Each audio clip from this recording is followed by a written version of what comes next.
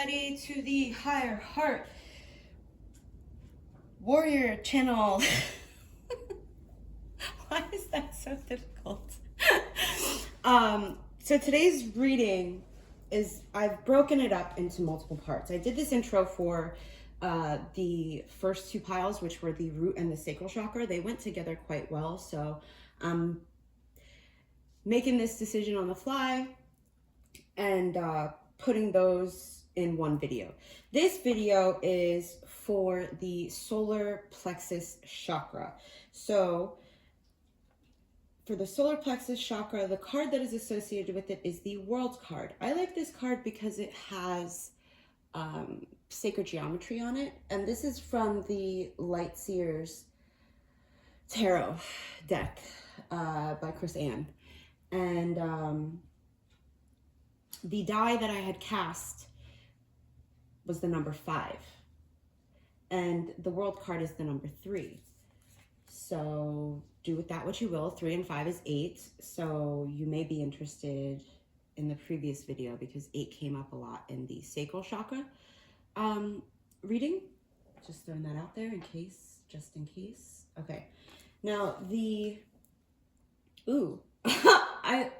I love this. I swear to God, if there's ever a day that synchronicities don't fill me with joy and make me giddy and feel silly, that is the day I stop reading tarot and I stop reading oracle and I stop all of it because this is just so wild to me. Serpentine, confidence. The solar plexus chakra is associated with confidence. Oh, also it is the 3rd chakra from the bottom. That's not the number associated with it, I don't think, but the number 3, the world. At any rate, I'm going to... So the reason I chose to use these cards is because crystals are so powerful in... They hold such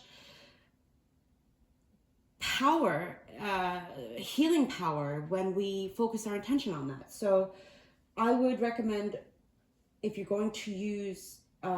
if you're going to follow the guidance from this reading, to use serpentine. Now, I don't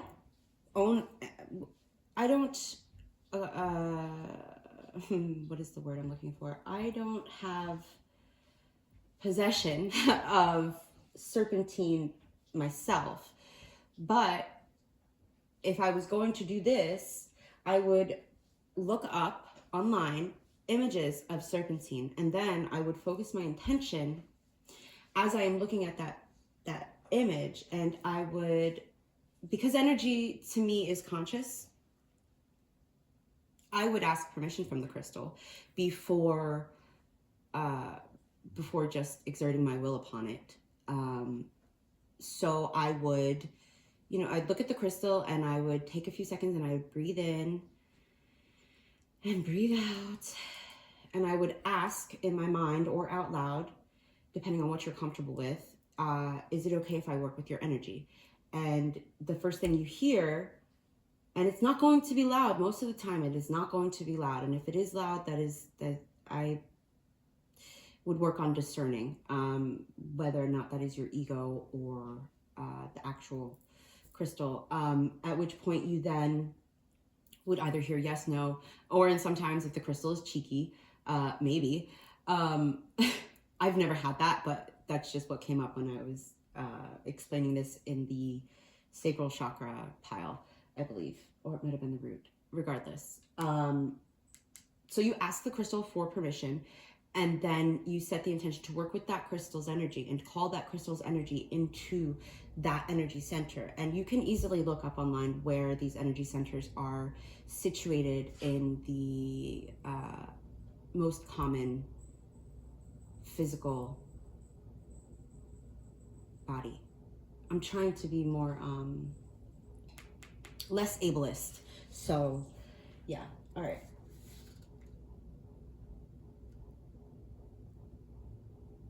Okay. Oh, angels of the 7 chakras, and it's the number 8, power, truth, connection. I don't know if you can see that. I'm fairly certain you can. So it may be helpful for you. Oh, and there you go. That shows you the breakdown of where the chakras that I'm doing this reading for are located. Because there's more than just these 7. 8? Wait. No, 7. Whoa. The number 8 could be important for you.